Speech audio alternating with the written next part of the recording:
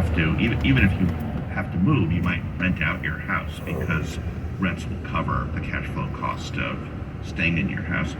But you're correct. On the other side, is it's not just that you would want more cash, but there are now better opportunities to put your money than housing. And that wasn't true as recently as a year ago.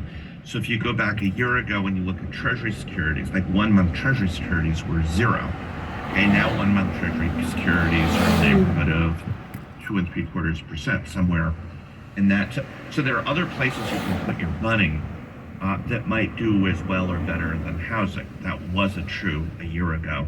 And on top of that, if you go back a year ago when you were looking at the rent-own proposition, you would say, well, it costs me less to buy a house in terms of monthly payments than it does to rent. And so, yeah, I'm going to buy.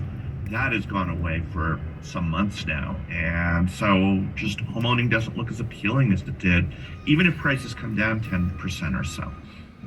So housing prices will be affected, but are some areas somewhat rate proof? I'm thinking about areas, higher end areas like Beverly Hills, Malibu, areas like that. Throw in the Palisades probably as well. Or are they going to feel the effects of this as well? No, I think so. There's an argument that rich people don't care, which sort of implies that rich people are stupid. And I guess that's possible, but I think it unlikely that on average rich people are. And like anyone else, they're going to look at their various investment opportunities, and they're going to see that housing, where you actually have to pay something real for your mortgage, is not as great a deal as it was a year ago, where basically you were getting paid to have your mortgage.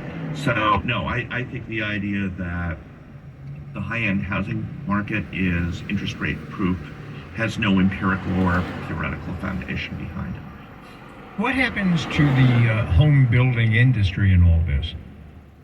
It's a real problem, and we are seeing a lot of slowing down in that industry. Part of it is that it's harder for buyers to qualify.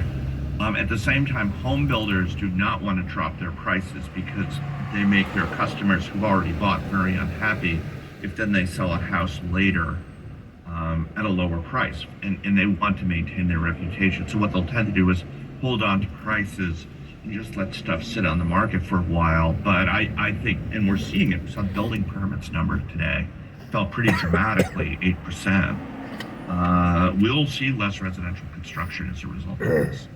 Heard one mortgage expert speaking last week, in fact, saying that by this time next year, we could see rates down below what we're seeing right now. In other words, we're kind of biting the bullet right now. Things are tough, but if we can hold on a bit. Do you see it the same way?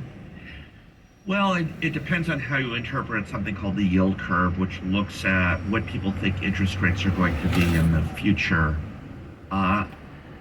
This is one where I would not want to pick a period of time. I think it highly likely in the next 2 to 3 years, rates will be lower than they are right now. But I think you're really going out on a limb to say it's going to be within a year that this change happens. Can they get anywhere close to what we've had, back to around 3? I don't think they're going to be around 3. I think that was very much a pandemic-induced phenomenon. But 4, mid-4s, absolutely. I think if you sort of look at the demographics of the world right now, the amount of cash and capital in the world right now, so long as inflation goes back to a sub-2 level, you could very well see mortgage rates fall to, say, 4%. And that would have a pretty stimulative effect on the housing market. Briefly, though, Richard, I am curious because around the country, certainly here in LA, as you know, lots of discussion about building more affordable housing for people to help with this horrible homeless crisis that we have all over the country. What does all of this, if anything, have to do with that picture? Well, again, it's a problem. So there are a lot of us who think that, well, housing alone is not the thing that brings about homelessness in Los Angeles. It is a thing. Even before all this, we were not building at a sufficiently high pace here in Southern California. One of the things that really struck me is how little we're even building in the Inland Empire places compared to places like even Seattle, let alone the Houstons and Dallases of the world. And again, this just makes it much harder to justify building housing from a financial standpoint. Home builders aren't going to build stuff that loses them money. So yeah, I think this makes the problem worse. Okay, Richard Green, director of the Lusk Center for Real Estate at USC. KNX In Depth continues. Traffic check as well, coming up in just about a minute. If dog people made dog food, it definitely wouldn't look like dusty dark brown pebbles. Ugh. It would actually be food. It would be made with real fresh meat and veggies, gently cooked to preserve their nutritional value. You know, like food. The Farmer's Dog was created by dog people who cook and deliver fresh, healthy food. Try the Farmer's Dog and get fresh, pre-portioned meals tailored to your dog's needs. Tell us about your dog, build your plan, and get 50% off at thefarmersdog.com/radio. That's thefarmersdog.com/radio. Hey, Santa Clara County sports fans, the new Omicron booster is here and available for everyone 12 and older. Remember that kids can get really sick with COVID and the effects can be serious and long-term. Don't shake your head. You can't be at the top of your game when you're super fatigued. So keep your athletes safe this fall and winter with this important booster. And of course, wear a high-quality mask whenever you're inside with lots of people. Visit sccfreevax.org or call 211 to make your booster appointment. Stay healthy and stay in the game. 44. 155 to the freeway, sponsored by On Deck Small Business Loans. Tom Tran. We are continuing to monitor the situation over at LAX. This is what you need to know. If you are catching a flight or know anybody catching a flight, do not take Sepulveda Boulevard coming up from the south. It is absolutely shut down. It is a mess because of the ramp.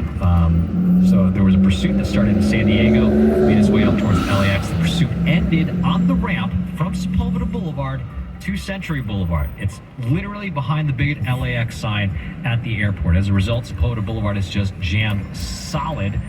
It's also affecting the ramp from the 105 westbound to Sepulveda Boulevard.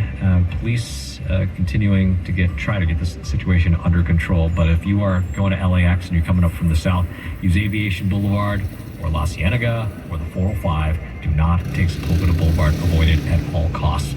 57 going northbound, we've got this SIG still in place. The ramp from the 57 north to the 60 west shut down until 5:30 because of an overturned big rig. The 55, we've got delays on the northbound side starting back near John Wayne Airport, and the southbound side slows back near 17. When you own a small business, sometimes you need funds fast, so go to OnDeck.com, America's largest online small business lender. OnDeck makes it easy to apply in minutes. Apply for your loan today at OnDeck.com. Your next report, 205 from the Simpson Automotive Group 24-hour traffic center. At Frontier, we know you've had enough of cable internet. If you're tired of steep price hikes, upload speeds slower than download speeds, and worrying about Wi-Fi, then uncable yourself and switch to Frontier Fiber. With unrandom pricing, equal uploads and downloads, and our whole home Wi-Fi guarantee. Introducing internet that works the way it should. Frontier Gig Fiber with our 3-year price guarantee. Plus, you can get a $200 Visa reward card on us. See frontier.com/fast4 for complete offer, terms, eligibility, and performance details. Subject to availability. From abortion to inflation, the issues in our local elections have far-reaching implications. We're breaking these issues down on The Home Stretch, Odyssey's new original podcast. I'm Doug Sovereign. Each week I'll talk to a range of experts to give you a no-fuss 15-minute download of the most pressing issues on this year's ballots. Listen to The Home Stretch on the Odyssey app or wherever you get your podcasts.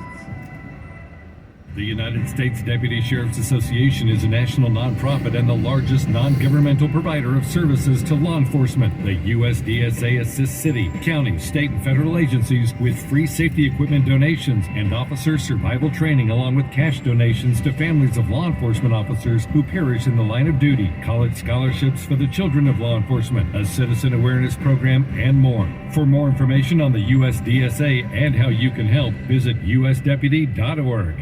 TSA is currently hiring canine handlers nationwide. As a handler, you have opportunities to meet people everywhere across the nation. I love seeing my dogs succeed. We count on each other for a lot. It's a very rewarding job. TSA will open doors for you if you just take that first step. Text EDCH to 95495 to learn more and apply today. That's EDCH to 95495.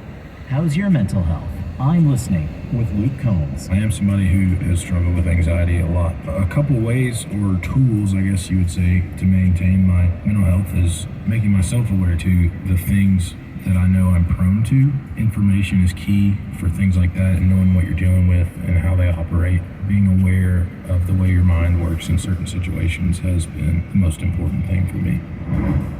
More at imlistening.org.